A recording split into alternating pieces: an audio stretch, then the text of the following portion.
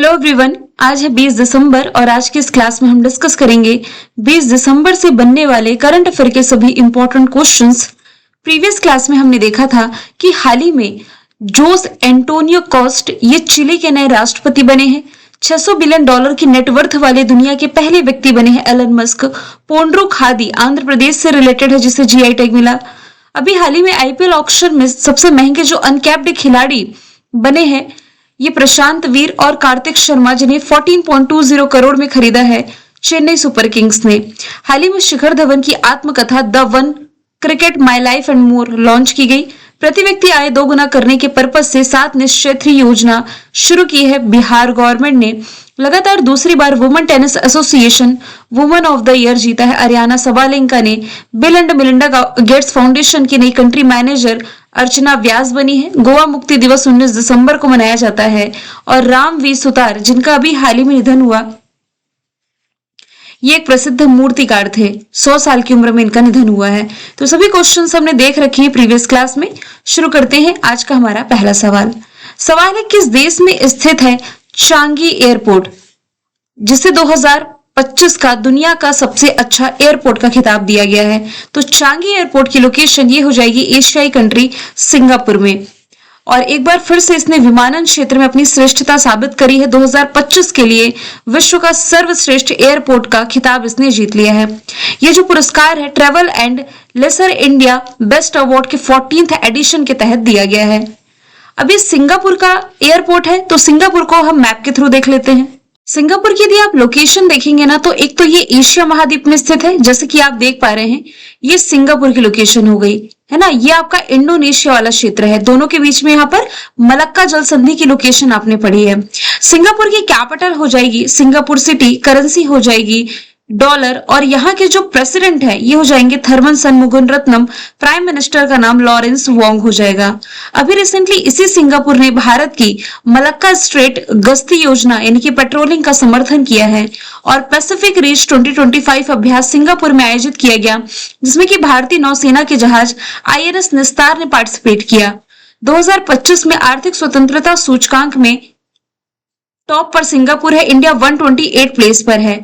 Singapore ने असम के मशहूर सिंगर जुबीन गर्ग को श्रद्धांजलि देते हुए यहाँ का जो आइलैंड था जिसका नाम है सेंट जोन्स आइलैंड, जहां पर जुबीन गर्ग की डेथ हुई थी डूबने के कारण, इस आइलैंड का नाम बदल करके जुबीन गर्ग आइलैंड कर दिया है। सवाल नंबर दूसरा है, किस खाड़ी देश ने हाल ही में प्रधानमंत्री नरेंद्र मोदी को अपने हाईएस्ट सिविलियन ऑनर से सम्मानित किया। दिसंबर के महीने में प्रधानमंत्री नरेंद्र मोदी को एक गल्फ कंट्री है ओमान, इसने अपने हाईएस्ट सिविलियन ऑनर से सम्मानित किया है, ऑर्डर ऑफ ओमान से। और ये सम्मानित किया गया है ओमान के सुल्तान हैथम बिन तारिक के द्वारा। ओमान को यदि आप मैप के थ्रू देखें, ये गल्फ कंट्री तो है ही, इसकी कैपिटल हो जाएगी मस्कट, करेंसी ओमानी रियल है, ऑफिशियल लैंग्वेज अरबी है। नसीम अल बहर एक्सरसाइज यदि रिलेट करेंगे ना, तो ये भारत की ओमान के साथ ही होने वाली एक्सरसाइज है। अब देखिए, प्रधानमंत्री नरेंद्र मोदी जी को अब कुल मिलाकर के 29 देशों के मतलब जो ग्लोबल सम्मान हो सकते हैं ये मिल चुके हैं, जैसे कि ओमान का अभी हाल ही में ये अवार्ड मिला है। इसके अलावा इथियोपिया के हाईएस्ट सिविलियन ऑनर से सम्मानित होने वाले ये भारत के पहले प्रधानमंत्री बने। नामीबिया के हाईएस्ट सिविलियन ऑनर से सम्मानित किए गए ब्राजील, साइप्रस, घाना, त्रिनिदाद टोबैगो और मॉरिशस, साथ ही श्रीलंका, ये कुछ ऐसी कंट्री हैं जिन्होंने 2025 में प्रधानमंत्री नरेंद्र मोदी को सम्मानित किया है। इसके पहले 2024 में सम्मानित किए गए, 2023 में, 2021, 20, 19, 18, 16 तक का डेटा यहां से मैंने ऐड किया है। और सेम यही इमेज मैंने इंस्टाग्राम पर भी शेयर करी थी। इंस्टाग्राम पर यदि आप लोगों ने मुझे फॉलो नहीं किया है तो कल्याणी में ऑफिशियल का पेज है, वहां पर फॉलो कर सकते हैं। टेलीग्राम पर फॉलो नहीं किया है तो टेलीग्राम पर भी कल्याणी में ऑफिशियल का पेज है, जहां से 1 लाख से अधिक स्टूडेंट फॉलो कर ही रहे हैं, आप भी फॉलो कर सकते हैं। आगे चलते हैं। भारतीय स्टेट बैंक के मैनेजिंग डायरेक्टर के रूप में किसकी नियुक्ति की गई है। तो अभी हाल ही में जो रवि रंजन है ये स्टेट बैंक ऑफ इंडिया के नए मैनेजिंग डायरेक्टर नियुक्त कर दिए गए हैं। एसबीआई का फॉर्मेशन ईयर ये हो जाएगा 1 जुलाई 1955। मुंबई महाराष्ट्र में हेडक्वार्टर है। सीएससीटी हेड है महेंद्र सिंह धोनी, इसके ब्रांड एम्बेसडर हो जाएंगे। आईसीआईसीआई बैंक के एमडी सीईओ संदीप बख्शी हो जाएंगे। एचडीएफसी बैंक के हो जाएंगे शशिधर जगदीशन, जबकि आरबीआई के 26वें नंबर के गवर्नर ये हो जाएंगे संजय मल्होत्रा। अब देखिए कुछ अपॉइंटमेंट यहाँ से ऐड है। यहाँ पर सिर्फ जो इंपॉर्टेंट अपॉइंटमेंट आपने याद रखनी है उस पर मैं स्टार लगाते चलती हूँ। डीआरडीओ के हेड समीर कामत, आईबी के तपन डे का, यूपीएससी के हेड अजय कुमार, प्रधानमंत्री नरेंद्र मोदी के निजी सचिव निधि तिवारी, वित्त सचिव अजय सेठ, इसरो के प्रमुख वी नारायण, एसबीआई के मैंने बता दिया, रेलवे बोर्ड के अध्यक्ष सतीश कुमार, विजय किशोर रहाटकर राष्ट्रीय महिला आयोग के अध्यक्ष रॉ के प्रमुख बनाए गए हैं पराग जैन, उपसेना प्रमुख पुष्पेंद्र सिंह है, एसएसबी के महानिदेशक संजय सिंघल है। इसके अलावा मुख्य सूचना आयुक्त हो जाएंगे Rajkumar Goyal, plus press club of India की पहली महिला अध्यक्ष संगीता बरुआ हमने देखा। और कल के करंट अफेयर में देखा था हमने कि bill and Melinda Gates foundation की नई इंडिया कंट्री डायरेक्टर अर्चना व्यास बनी। अगला सवाल है, किस दिन हर साल अंतरराष्ट्रीय प्रवासी दिवस मनाया जाता है? तो दिसंबर महीने की 18 तारीख को अंतरराष्ट्रीय प्रवासी दिवस मनाया जाता है, ताकि प्रवासियों और शरणार्थियों यानी कि रिफ्यूजीज के जो राइट्स हैं, यानी कि अधिकार हैं, सुरक्षा है और सम्मान के प्रति जागरूकता बढ़ाई जा सके। विश्व में प्रवासियों की संख्या तेजी से बढ़ती देखते हुए यूनाइटेड नेशंस जनरल असेंबली ने 4 दिसंबर 2000 को ऑफिशियली रूप से दिन घोषित किया। इस बार की थीम है मेरी महान कहानी, संस्कृति और विकास।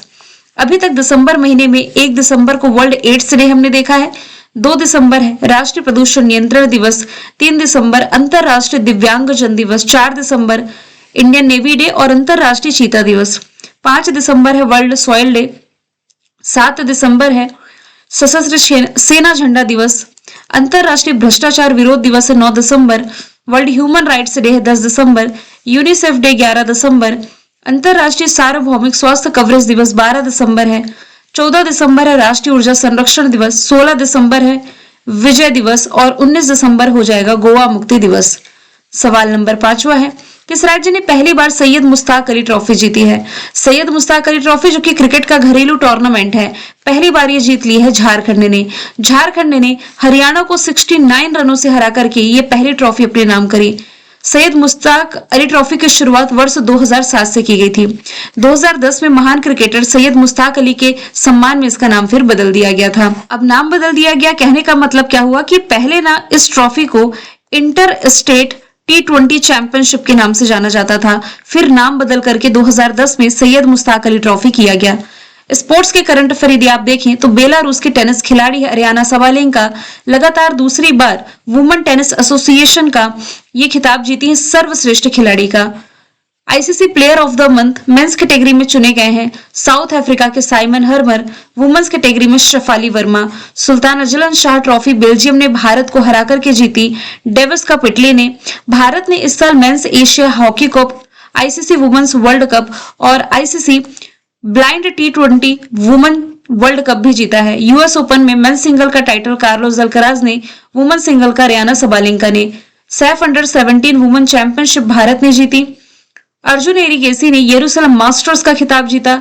जेनिक सिनर ने कार्लोस अल्कराज को हरा करके एटीपी फाइनल्स टेनिस का खिताब जीता है। सरियो वेलपुला ये first league of central Serbia में भारत की 26वीं महिला ग्रैंड मास्टर बनी। Roger Federer international tennis hall of fame में शामिल किए गए। मलेशिया में सुल्तान जोहर हॉकी प्रतियोगिता में भारत की जूनियर हॉकी टीम ने जीता silver medal. FIDE world cup Goa ने होस्ट किया। डायमंड लीग 2025 में नीरज चोपड़ा ने जीता silver medal. World champion of legends का खिताब साउथ अफ्रीका ने जीता है। फिडे महिला शतरंज विश्व कप जीतने वाली पहली भारतीय महिला बन गई है दिव्या देशमुख। अगला सवाल है, भारत का पहला वन विश्वविद्यालय कहाँ बनेगा? यानी कि देश की जो पहली फॉरेस्ट यूनिवर्सिटी है ये बनने जा रही है उत्तर प्रदेश के गोरखपुर में। अब ये फॉरेस्ट यूनिवर्सिटी में क्या सिखाया जाएगा? तो देखिए यहाँ पर वानिकी यानी कि फॉरेस्ट्री या फिर वन्य जीव अध्ययन आप इसे कह सकते हैं, वाइल्ड लाइफ स्टडीज इंग्लिश में कहें तो, फिर पारिस्थितिकी मैनेजमेंट, इकोसिस्टम मैनेजमेंट, ये सभी जानकारी यहाँ पर प्रोवाइड कराई जाएगी। तो अपनी तरह की ऐसी पहली यूनिवर्सिटी बनने जा रही है उत्तर प्रदेश में। अच्छा, एक वाटर यूनिवर्सिटी भी आप लोगों ने पढ़ा होगा कि देश की पहली वाटर यूनिवर्सिटी भी आपके उत्तर प्रदेश में है। नाम हो जाएगा हमीरपुर। हमीरपुर में ये यूनिवर्सिटी बनी है। हैदराबाद तेलंगाना से यदि रिलेट करेंगे तो देश का जो पहला गोल्ड एटीएम है ये तेलंगाना हैदराबाद में स्थापित किया गया। इसके अलावा देश का पहला डॉग पार्क भी रिलेट करेंगे। चेन्नई तमिलनाडु में देश का पहला डायबिटीज बायो बैंक स्थापित किया गया है। कोल्लम केरला से यदि आप रिलेट करेंगे ना तो हाल ही का करंट अफेयर हमने पढ़ा है कि कोल्लम केरला में देश का पहला 24/7 ऑनलाइन कोर्ट की शुरुआत की गई है। सवाल नंबर 7वां है, हाल ही में कौन सा यूनिवर्सिटी है जो कि भारत का पहला योग और आयुर्वेद केंद्रित क्लस्टर सेंटर बना है? तो ये बन गया है पतंजलि यूनिवर्सिटी। ऑप्शन नंबर 20 का राइट आंसर हो जाएगा। ये हरिद्वार में स्थित है, उत्तराखंड में, और ये भारत का पहला योग और आयुर्वेद केंद्रित क्लस्टर सेंटर बना है। इसका पर्पस क्या है? अनुसंधान और डिजिटलीकरण, साथ ही संस्थागत मार्गदर्शन के माध्यम से जो प्राचीन ज्ञान प्रणाली है इसका संरक्षण करना। पतंजलि विश्वविद्यालय ये सम्मान पाने वाला पहला योग और आयुर्वेद आधारित यूनिवर्सिटी बना।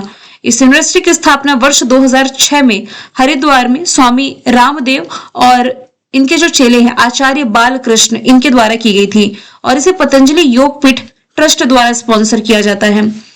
यदि आप रिलेट करें चंडीगढ़ यूनिवर्सिटी से, तो अभी हाल ही में राजस्थान में आयोजित खेलो इंडिया यूनिवर्सिटी गेम्स के 7वें एडिशन में चंडीगढ़ यूनिवर्सिटी टॉप पर रही है। आईआईटी मद्रास लगातार ये नेशनल इंस्टीट्यूट रैंकिंग फ्रेमवर्क में टॉप पर बना हुआ है। नागपुर विश्वविद्यालय से यदि आप रिलेट करेंगे तो मनाली मकरंद जो है ये नागपुर विश्वविद्यालय की पहली महिला चांसलर बन गई हैं। सवाल नंबर 8वां है, हाल ही में यूनेस्को विश्व धरोहर स्थल, जिसमें कि एक का नाम पेट्रा है, दूसरा है एलोरा केव्स, इसे लेकर के भारत और किस देश के बीच में एक समझौता हुआ? रिसेंटली भारत के प्रधानमंत्री नरेंद्र मोदी जी जॉर्डन के दौरे पर थे, जिस दौरान जॉर्डन और भारत के बीच में ये ट्विन समझौता, जुड़वा समझौता हुआ है। आप यदि इस इमेज को देखें ना तो ये जॉर्डन के पेट्रा की है। दूसरी इमेज यदि आप देखें ना तो ये हो जाएगी एलोरा केव्स की, जो कि महाराष्ट्र में है। अब देखिए इनकी जो कलाकृतियां हैं, मतलब कि आर्किटेक्चर यदि आप देख पा रहे हैं तो क्या समझ में आ रहा है? दोनों ही पत्थरों को यानी चट्टानों को काटकर बनाए गए स्मारक हैं, है ना? तो ये जो विश्व प्रसिद्ध स्मारक है, इनके बीच सांस्कृतिक और विरासत सहयोग को मजबूत करने के पर्पस से जॉर्डन और भारत के बीच में समझौता हुआ है। जिन स्थलों को लेकर के समझौता हुआ है ये पेट्रा और एलोरा केव्स हैं। पेट्रा, जिसे गुलाबी बलुआ पत्थर की चट्टानों के कारण गुलाब शहर के नाम से भी जाना जाता है, लगभग 4वीं शताब्दी ईसा पूर्व नबातीन साम्राज्य की राजधानी रही थी। अब यहां से जॉर्डन को पहले मैप के थ्रू देखिए, फिर एलोरा के इफेक्ट में आपको बताऊंगी। जॉर्डन, जिसकी कैपिटल हो जाएगी अम्मान, करेंसी दिनार है, ऑफिशियल लैंग्वेज अरबी है, ये एशिया महाद्वीप का पार्ट है। ये देखिए जॉर्डन, और इधर यदि आप देखेंगे तो इजराइल, दोनों के बीच में डेड सी की लोकेशन है, मृत सागर। ठीक है, अब यहां से एलोरा केव्स के एक्स्ट्रा फैक्ट देख लेते हैं। ये है कहां पर? महाराष्ट्र में। महाराष्ट्र में कहां? औरंगाबाद में। औरंगाबाद का बदला हुआ नाम छत्रपति संभाजी नगर है। एलोरा केव्स में कितने मठ और मंदिर हैं और वे किस धर्म से जुड़े हुए हैं? तो 34 मठ मंदिर हैं जो हिंदू, बौद्ध और जैन धर्मों से संबंधित हैं। एलोरा केव्स का निर्माण किस राजवंश ने करवाया था? देखिए मुख्य रूप से तो राष्ट्रकूट राजवंश और कलचुरी तथा चालुक्य राजवंशों का भी इसमें कंट्रीब्यूशन रहा है। एलोरा की कौन सी गुफा है जो सबसे अधिक प्रसिद्ध है? इसकी विशेषता क्या है? तो यह गुफा नंबर 16, इसे कैलाश मंदिर भी कहा जाता है, जो दुनिया की सबसे बड़ी अखंड संरचना है और एक ही चट्टान को ऊपर से नीचे तक काट करके बनाई गई है। एलोरा गुफा परिसर को यूनेस्को हेरिटेज साइट में शामिल किया गया था 1983 में, जबकि यहाँ पर जो हमने पेट्रा का डिस्कशन किया है इसे यूनेस्को हेरिटेज लिस्ट में 1985 में ऐड किया गया। यूनेस्को यानी कि United Nations Educational, Scientific and Cultural Organisation इसकी फुल फॉर्म बन जाएगी। अच्छा, यूनेस्को का हेडक्वार्टर यदि पूछा जाए कहां पर है तो ये पेरिस, फ्रांस में हो जाएगा। और यदि आप करंट से रिलेट करेंगे तो बाबा साहब अंबेडकर की प्रतिमा इसी यूनेस्को के हेडक्वार्टर में स्थापित की गई है। सवाल नंबर 9 है, ट्रेवल प्लस, लीजर इंडिया और साउथ एशिया अवार्ड 2025 में सर्वश्रेष्ठ घरेलू एयरलाइन का खिताब किसने जीता है? तो ये भारत की राष्ट्रीय विमानन कंपनी एयर इंडिया ने जीत लिया है और ये लगातार दूसरी बार ये खिताब अपने नाम किया है एयर इंडिया ने, जिसका फॉर्मेशन ईयर 1932 है।